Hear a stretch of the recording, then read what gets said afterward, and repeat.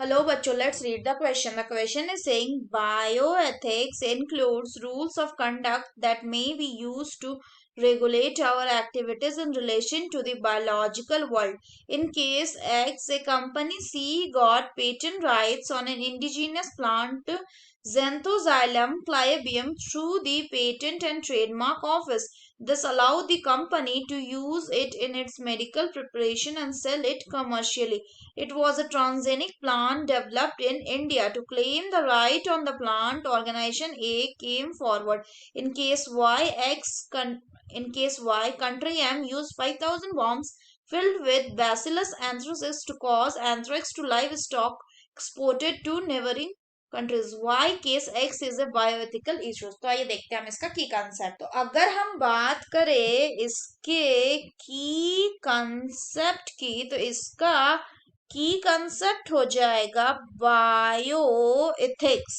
सो अगर हम बात करें बायो इथिक्स की, so it include the rules of conduct. It includes the rules of conduct that may be used to regulate our activities, यानी human activities को regulate करेगा। किसके रिलेशन में? In relation to biological, in relation to the biological world. अगर हम further बात करें तो मेन बायोलॉजिकल इश्यूज क्या हो जाएगा? Introduction of a transgene from one species into the another species, it violates the integrity of the species। दूसरा हो सकता है कि बायोटेक्नोलॉजी जो है एनवायरनमेंट के लिए एंड बायोडाइवर्सिटी के लिए सर्टन रिस्क पोजेस करता है। तीसरा क्या होता है कि transfer of human gene into the animal, ये इस बात पे सवाल या निशान खड़े करता है ह्यूमननेस पे, कंसेप्ट ऑफ ह्यूमननेस पे। उसके बाद कि अगर एनिमल्स को हम बायोटेक्नोलॉजी या फार्मास्यूटिकल्स में यूज कर रहे हैं तो ये एनिमल्स को भी बहुत ज्यादा सफरिंग कॉज करवाते हैं, यानी उनको दर्द देता है। तो इसी को क्या कहते हैं? बायोएथिक्स। अब अगर हम क्वेश्चन का एनालिसिस करें तो इसमें क्या बोल रहा है? एक केस है एक्स, यानी केस कैसा हो गया? केस हो गया बायोएथिकल इशू का, बायोएथिकल इशू। इसमें क्या कर रहा है कि C got patent rights on an indigenous plant, यानी एक कंपनी है, इसको एक इंडिजीनस प्लांट पे पेटेंट मिल जा रहा है। क्या मिल जा रहा है? पेटेंट मिल जा रहा है।